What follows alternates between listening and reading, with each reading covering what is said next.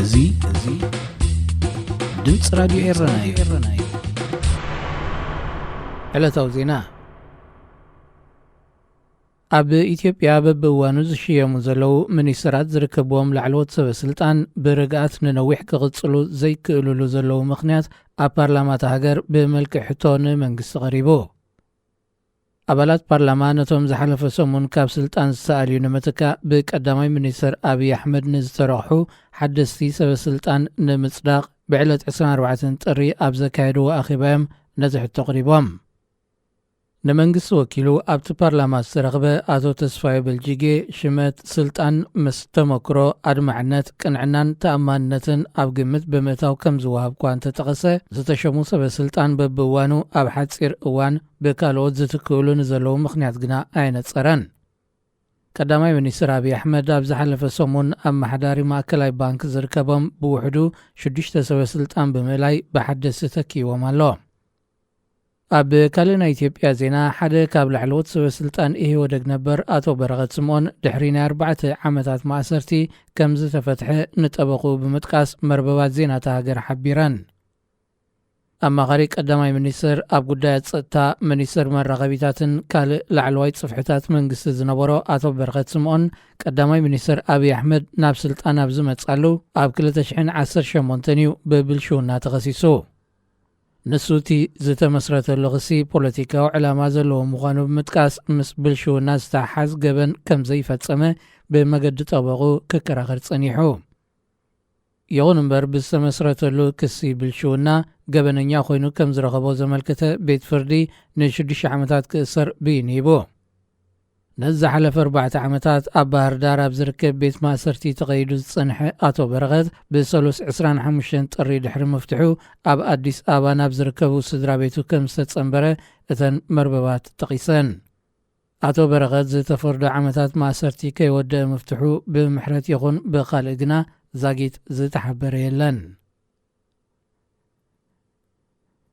ብሚኒስትር ጉዳያት ወጻኢ ሰርጌይ ላቭሮቭ ዝምራሕ ላዕለዋይ ልኡኽ መንግስቲ ሩስያ ደቡብ ኣፍሪቃ ናብ እትርከበን ሃገራት ዞባ ዑደት የካይዳ ኣሎ። እቲ ሚኒስትር ብ23 ጥሪ ናብ ፕሪቶርያ ድሕሪ ምእታው ምስ ደቡብ ኣፍሪቃዊት መዘነኡ ናለዲ ፓንዶ ብምርኻብ ብዛዕባ እቲ ዝመጽእ ወርሒ ዝካየድ ሓበራዊ ወተሃደራዊ ልምምድን ምዕባይ ዝምድናታትን ብዝምልከት ዘትዩ። ኣብቲ ካብ 17 ክሳብ 27 ለካቲት ኣብ ገማግም ደርባንን ሪቻርድ ቤይን ዝካየድ ግዙፍ ወተሃደራዊ ልምምድ ሓይሊ ባሕሪ ሩስያ፣ ቻይናን ደቡብ ኣፍሪቃን ክሳተፋ ምዃነን ሚኒስትሪ ምክልኻል ሃገር ኣረጋጊጹ። ምስ ሃገራት ምዕራብ ጥቡቕ ዝምድና ዘለዋ ደቡብ ኣፍሪቃ ንሩስያ ብጉዳይ ዩክሬን ኣብ ርእሲ ዘይምኹናና ዝመጽእ ወርሒ ን10 መዓልታት ምስ ቻይና ንዝካየድ ልምምድ ሓይሊ ባሕሪ ክልማያት መፍቃዳ ኣሜሪካ ንዝመራሒተን ሃገራት ምዕራብ ኣስጊእወን ኣሎ። ኣሜሪካ ድሕሪ ዑደት ላዕለዋይ ልኡኽ ሩስያ ናብ ደቡብ ኣፍሪቃ ብጸሓፊት ክፍሊ ግምጃ ጃኔት የለን ዝምራሕ ላዕለዋይ ልኡኽ ናብቲ ሃገር ሰዲዳ ኣላ። እታ ላዕለወይቲ በዓል ስልጣን ምምሕዳር ባይደን ኣብ ደቡብ ኣፍሪቃ ብትጸንሓሉ ኣብ እዋን ምምሕዳር ትራምፕ ክጉሰዩ ዝጸንሑ ቁጠባዊ ምትሕጋዝ ምስ ሃገራት ኣፍሪቃ ዝለዓለ ኣተኩሮ ክትህቦያ። ንሳ ብዘይካ ናብ ደቡብ ኣፍሪቃ ሩስያ ተኲራትለን ናብ ዘላ ሰኔጋልን ዛምቢያን እውን ክትበጽሐ እያ። ሚኒስትር ጉዳያት ወጻኢ ሩስያ ብወገኑ ዛጊት ብንጹር ናይ ዘይተፈልጠ ሃገራት ኣፍሪቃ ዑደቱ ክቕጽል ምዃኑ ተመልኪቱ ኣሎ። ሩስያ ኣብ ሓምለ 2023 ዋዕላ ምስ ሃገራት ኣፍሪቃ ንምክያድ ወዲባ ምህላዋ ይፍለጥ። ኣብ ተመሳሳሊ ዜና መራሒ ናይታ ኣብ ጎኒ ሩስያ ደው ኢላ ዘላ ቤላሩስ ፕሬዚደንት ኣሌክሳንደር ሉካሸንኮ ናብ ዚምባብዌ ወግዓዊ ናይ ስራሕ ምብጻሕ ክፍጽም ምዃኑ ኣገልግሎት ዜናታ ሃገር ሓቢሩ። ሚኒስትር ጉዳያት ወጻኢ ጋቦን ሚካኤል ሙሳ ኣዳም ኣብ ኣኼባ ካቢነ ሚኒስትራት ብዘጋጠመ ወቕዒ ልቢ ከም ዝሞተ ቴሌቭዥን ሃገር ገሊጻ። እቲ 62 ዓመት ዝዕድሚዩ ሚኒስትር ኣብቲ ብ20 ጥሪ ዝተኸፍተ ኣኼባ ካቢነ ሚኒስትራት ኣብ ወንበር ድሕሪ ኮፍ ምባሉ ከም ዝወደቐን ሃልዋቱ ጥፍዩ ናብ ሆስፒታል ምስ ተወስደ ከም ዝሞተን እቲ መግለፂ ናይታ ቴሌቭዥን ሓቢሩ።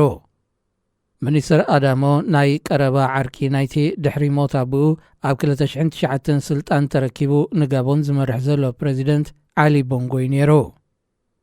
ዓሊ ቦንጎ ናብ ስልጣን ምስ መጸ ሚኒስትር ኣዳሞ ዝተፈላለዩ ጽፍሕታት መንግስቲ ክመርሕ ድሕሪ ምጽናሕዩ ብወቕዒ ልቢ ከም ዝሞተ ዝግለጽ ዘሎ። ኣብዚ እዋን እዚ ኤርትራ ትርከበን ሃገራትን ኣህጉራውያን ጋንታታትን ዝቀዳደማሉ ዙር ላ ትሮፒካል ኣሚሳ ቦንጎ ተእንግድ ዘላ ጋቦን ናይ 2 መዓልታት ናይ ሓዘን እዋን ኣውጃ ትርከብ። ድሕሪ ናጽነታ ካብ ፈረንሳ ካብ 1967 ኣትሒዙ ን42 ዓመታት ነታ ሃገር ዝመርሐ ዑመር ቦንጎ ኣብ 2009 ምስ ሞተ ስልጣኑ ወዲ ተረኪብዎ። ጋቦን ንፍርቂ ዘበን ወይ ንልዕሊ 50 ዓመታት ኣቦን ወድን ተቐባቢሎም ዝመርሕዋ እንኮ ኣፍሪቃዊት ሃገር እያ። ዜና ኣብዚ ይፍጸም። ሬድዮ ኤረና